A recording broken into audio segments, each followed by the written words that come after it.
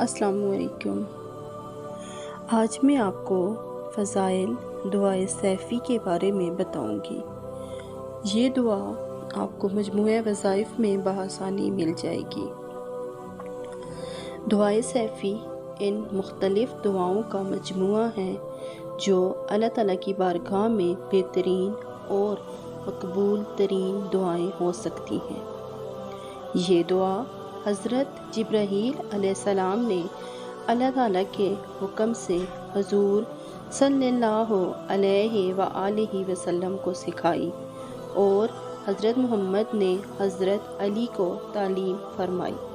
اس کا نام دعائے سیفی حرز یمانی بھی ہے۔ حرز یمانی اس واسطے سے کہتے ہیں کہ یمن کا ایک بادشاہ جسے دشمنوں نے اپنی سلطنت سے نکال کر اس کے ملک اور سلطنت پر قبضہ کر لیا تھا، اس نے اپنے ملک اور سلطنت کی واپسی کی بہتری کی کوششیں کی، لیکن ہر دفعہ ناکام رہا۔ آخر ہر طرف سے مایوس اور نا امید ہو کر یمن کا معذول اور مغلوب بادشاہ حضرت علی کی خدمت میں حاضر ہو کر باطنی اور غیبی امداد کا طالب ہوا۔ آپ نے اس کے حال پر رحم فرما کر اسے یہ دعائے سیفی لکھ کر دی اور کہا کہ اسے پڑھا کرو۔ انشاءاللہ اس دعا کی برکت سے تجھے جلدی اپنی بادشاہی اور سلطنت واپس مل جائے گی۔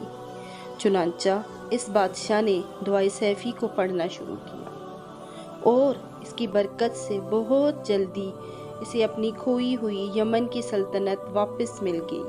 اسے بہت ترقی اور عروج حاصل ہوا، لہٰذا اس کا نام حرز یمانی پڑ گیا۔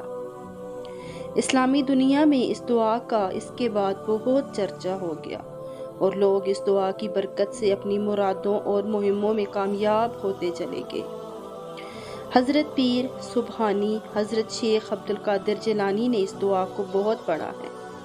آپ اس دعائے سیفی کے پہلے حامل اور کامل ہوئے ہیں اور کہتے ہیں کہ ایک روز آپ وضو فرما رہے تھے کہ اوپر سے ہوا سے ایک چیل آپ پر آ کر بیٹھ گئی اور آپ کے کرتے کو پلید اور خراب کر دیا، جس پر آپ نے اوپر چیل کی طرف دیکھ کر فرمایا، یعنی کہ تیرا سر اڑ گیا۔ اسی وقت چیل کا سر تن سے جدا ہو گیا اور آپ کے سامنے زمین پر تڑپ کر مر گئی۔ اسی وقت آپ رونے لگ گئے۔ آپ کے خادم نے جو وضو کرا رہا تھا آپ سے عرض کیا، جناب کیا ہوا؟ ایک موذی مردار پرندہ ہلاک ہو گیا، اس کے لیے آپ رو رہے ہیں؟ اس پر آپ نے فرمایا، میں اس چیل کے لیے نہیں رو رہا بلکہ اس لیے رو رہا ہوں کہ میں نے دعائے سیفی اتنی پڑھی ہے کہ میری زبان، میرا ہاتھ، میرا خیال، میری توجہ اور میری نگاہ بلکہ میرا سب کچھ سیف الرحمن یعنی اللہ تعالیٰ کی امر کی ننگی تلوار ہو گئی ہے۔ اللہ تعالیٰ کے امر اور کن کی یہ ننگی تلوار قیامت تک آسمان اور زمین کے درمیان لٹکی رہے گی۔ چنانچہ آپ نے وہ کرتا اتار کر ایک مسکین کو بطور فدیہ دے دیا اور فرمایا، یہ اس چیل کی جان کا فدیہ ہے، اور نیا کرتا منگوا کر زیب تن فرما لیا۔ تمام دعوتوں اور خصوصاً اس دعائے سیفی کے عمل کی کلید اور کنجی حضرت پیر محبوب سبحانی قدس سرہ کے حضور سے طالبان دعوت کو عطا ہوتی ہے۔ خاندان قادری میں اس دعائے سیفی کا بڑا عمل چلا آتا ہے۔